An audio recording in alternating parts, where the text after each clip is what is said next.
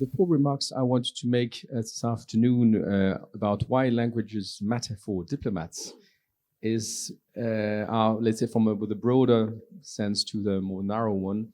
The first one would be to say, from a European perspective, that it would be a huge loss if in Europe we were to try to come down for any reason to a monolinguistic culture. So many other continents on the world where plurilingualism so far has survived and is thriving. Even in large countries, if you go to India, there are as many as 11, I think, or 13 official languages, and most medium to high educated person would speak their native language from the state, Hindi, English. If you go to Indonesia, where I served, also many people speak their local language. There are 300 languages in Indonesia, Bahasa Indonesia, and the more educated English. If you go to China, probably also different languages. And so it'd be a huge pity if in Europe we were gradually to more or less give up our languages and just keep it to the kitchen and say, well, the only language of communication at a professional level would be English. I think this would be a huge loss, and we should really try to resist it at all cost. For the many reasons you well know, and I think one was just mentioned before, and looking at Professor Michael Cronin and his excellent book about ecology and Irish, I think makes the case very well. If we're not able to name and to recognize what is our environment in our own language, then we lose a lot of the beauty of life.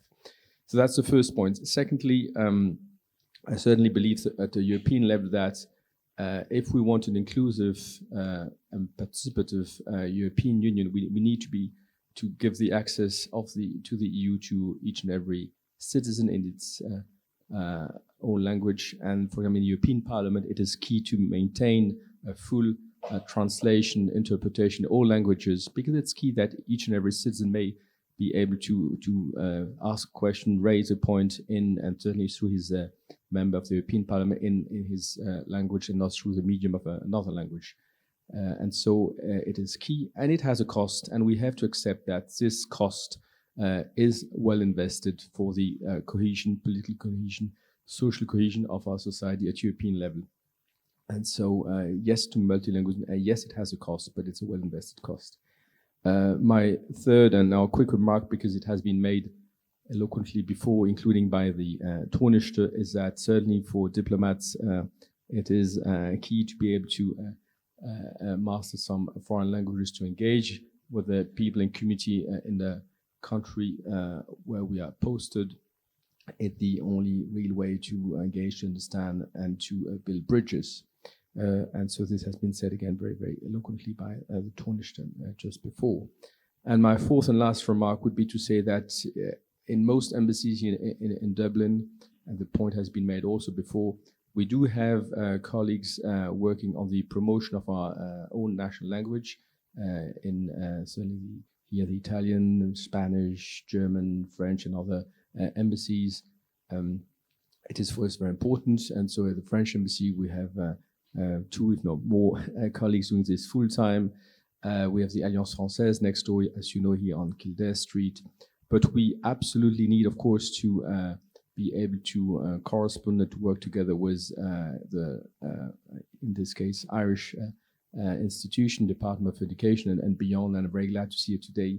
So many familiar faces from the Irish institution. I'm looking here at Deirdre Kieran, who we just met yesterday on another occasion. But so it's crucial, and so we have to be able to liaise with you, work with you.